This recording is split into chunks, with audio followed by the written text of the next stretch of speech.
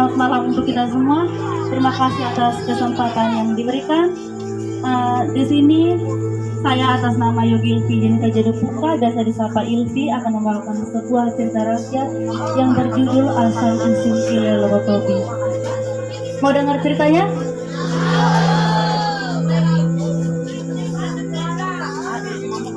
Dahulu kala, di belahan barat Manggarai, hiduplah seorang pemuda yang tampan, baik, jujur dan rendah hati. Belan nama pemuda itu.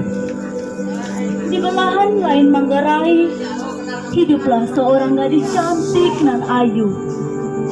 Ia sangat lugu dalam pergaulan, namun tegas dalam pendirian.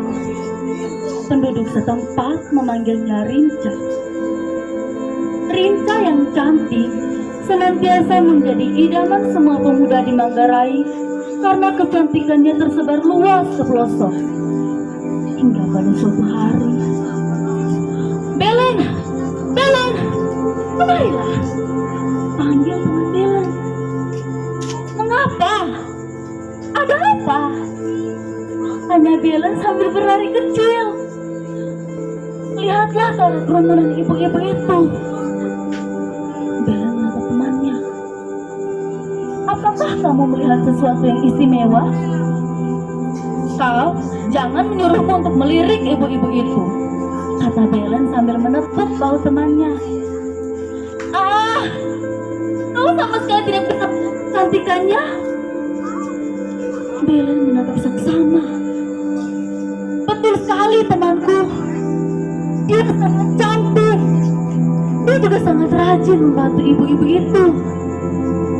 Aku rasa aku harus berkenalan dengannya. Belen mendekati wanita itu. Permisi Nona, apakah kita pernah bertemu? Tanya Belen dengan suara gugup. Wanita itu berdiri dan berkata, saya rasa kita belum pernah bertemu, bahkan baru bertemu sekarang. Jika kau tak keberatan, bolehkah sekarang kita berkenalan? Wanita itu menyodorkan tangannya. Namaku Rinca. Belen kagum. Dia adalah wanita yang selama ini dibahas semua pemuda. Dia segera menyodorkan tangannya dan kembali mengambil tangan Rinca. Namaku Belen. Dari saat itu, Rinca dan Belen bersahabat. Susah dan senang mereka selalu berjalan bersama. Namun kebahagiaan itu tak berlangsung lama. Karena di belahan lain Manggarai, hiduplah seorang raja yang amat kejam. Ia sangat egois pada rakyatnya. Karena telah mendengar cerita tentang Rinca, ia memutuskan untuk melamar Rinca. Ia memanggil para prajuritnya.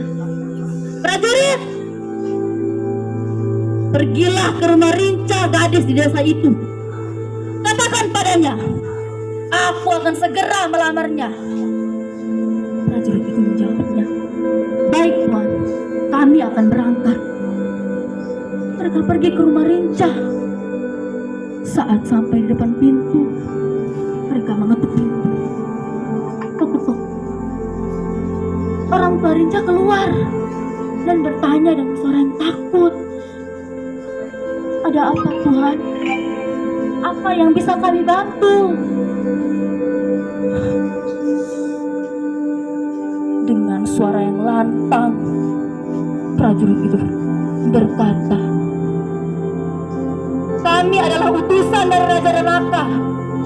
Kami datang membawa sebuah proposal. Ia akan datang melamar putrimu Rinca.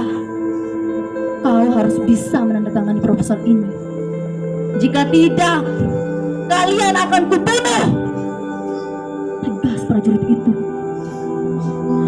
Dengan suara yang takut, Ibu Rinca berkata, Tuan, anak kami tidak ada di sini. Jadi bagaimana caranya kami bisa menandatangani proposal ini? Namun prajurit itu Dengan tidak ada hati ia berkata, "Aku tidak peduli apa alasanmu.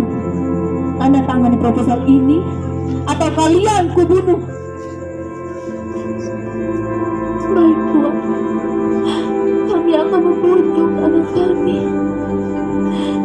Semua prajurit itu pergi dengan nada yang marah, dengan seulas senyum bangga di bibirnya.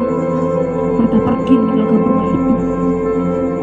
Di sore harinya, Rinca pulang ke rumahnya. Ia mendapati ibu dan ayahnya yang sedang meratapi nasib Rinca selanjutnya. Ia bertanya, "Ibu, ayah, apa yang terjadi? Mengapa kalian menangis?" Ibu Rinca tak kuasa menahan air mata yang ia bendung dan berkata, "Rinca, kau harus bisa menerima lamaran dari Raja Ranaka. Jika tidak, ayah dan ibumu akan dibunuh." Namun Rinca tetap pada pendiriannya. "Tidak, Ibu. Aku tidak akan menerima lamarannya. Aku sama sekali tidak mengenal raja itu. Dia sangat kejam. Dia sangat egois pada rakyatnya. Aku tidak ingin menjadi istri dari seorang pembunuh." Tapi Ibu Rinca terus membujuknya dan membuatnya patah hati. Dia berlari kepada Belen. "Belen, aku akan segera dinikahkan oleh Raja Ranaka. Aku sama sekali tidak mengenalnya. Dia sangat egois." Keduanya terbenam dalam dilema, kesedihan, ingin. Itu yang dirasakan. Tak tahu apa yang harus dilakukan. Kalau Rinca memutuskan untuk berpisah karena menyelamatkan Rinca. Rinca yang setia akan berjalan ke arah barat, sementara Bella, ia harus berpisah dan berjalan ke arah timur. Mendengar bahwa Rinca telah meninggalkan kampungnya, Raja Ranaka sangat marah. Ia memutuskan untuk pergi ke rumah Rinca. Saat di depan pintu, "Wahai kalian orang-orang bodoh, di mana kalian? Kalian telah mengingkari janji dan membuatku murka." Saat orang tua Rinca keluar, ia menghunus pedangnya, membunuh orang tua Rinca. Pedang itu terhunus. Tetesan darah menetes tetes demi tetes. Kejam, keji, sadis. Itulah si Ranaka, seorang raja yang egois. Di sisi lain, Belen yang pergi ke arah timur. Ia berjalan sampai ke Ende. Namun di Ende terjadi peperangan antara Wongke dan Meja. Jadi ia memutuskan untuk berjalan lebih jauh sampai ke Maumere. Sampai di Maumere, ia bertemu dengan Egon. Di rumah Egon, ia sangat terpesona pada seorang wanita cantik yang menyuguhkan kopi kepadanya. Ia adalah Tobi, istri Egon. Saat itu, Belen dipersilahkan untuk beristirahat di rumah Egon. Saat Egon pergi ke kebun untuk mencari umbian, Belen berpikir untuk mengungkapkan perasaannya kepada Belen, kepada Tobi. Tobi pun setuju. Tobi jatuh hati kepada Belen. Mereka berdua berencana untuk melarikan diri meninggalkan Egon. Akhirnya, rencana mereka berhasil. Mereka terus berjalan sampai ke perbatasan desa. Mereka terus berjalan menuju Tanjung Bunga. Mereka tidak berhenti di situ. Mereka terus berjalan sampai ke Nobo. Di Nobo, ada sebuah gubuk kecil. Mereka menghampiri gubuk itu. Di dalam gubuk itu terlihat seorang mama muda. Mereka hanya minta minum air lalu pergi. Saat di tengah perjalanan, Tobi teringat akan gebiarnya yang dilupa di gubuk tadi. Ia segera berlari kembali. Saat akan menyentuh gebiar itu, langit menjadi terang, alam menjadi gelap. Deru angin dan badai menghempas. Semuanya terungkap.